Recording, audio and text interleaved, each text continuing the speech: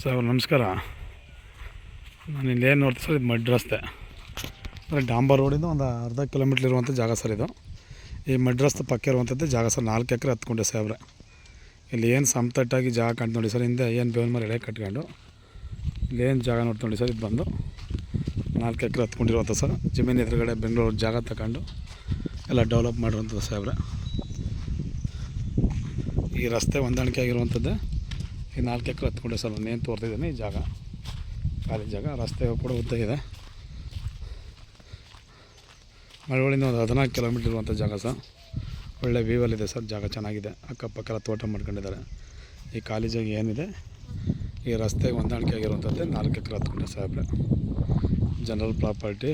ಬೆಂಗಳೂರಿಂದ ಒಂದು 115-116 ಕಿಲೋಮೀಟ್ರ್ ಇರ್ಬೋದು ನೋಡಿ ಸರ್. ಎಲ್ಲ ಬೆಂಗಳೂರು ತಗೊಂಡು ತೋಟ ಮಾಡ್ಕೊಂಡು ನೋಡಿ ಸಾಹೇಬ್ರೆ. ಎದುರುಗಡೆ ಜಮೀನವರು ಜಾಗ ತಗೊಂಡು ಎಲ್ಲ ಫೆನ್ಸ್ ಮಾಡಿ ತೋಟ ಮಾಡಿರುವಂಥದ್ದು. ಪವರ್ ಸಪ್ಲೈ ಕೂಡ ರೆಡಿ ಇದೆ ಸರ್. ಇದು ಎದುರುಗಡೆ ಜಾಗತ್ತೆ ಪವರ್ ರೆಡಿ ಇದೆ ಸರ್.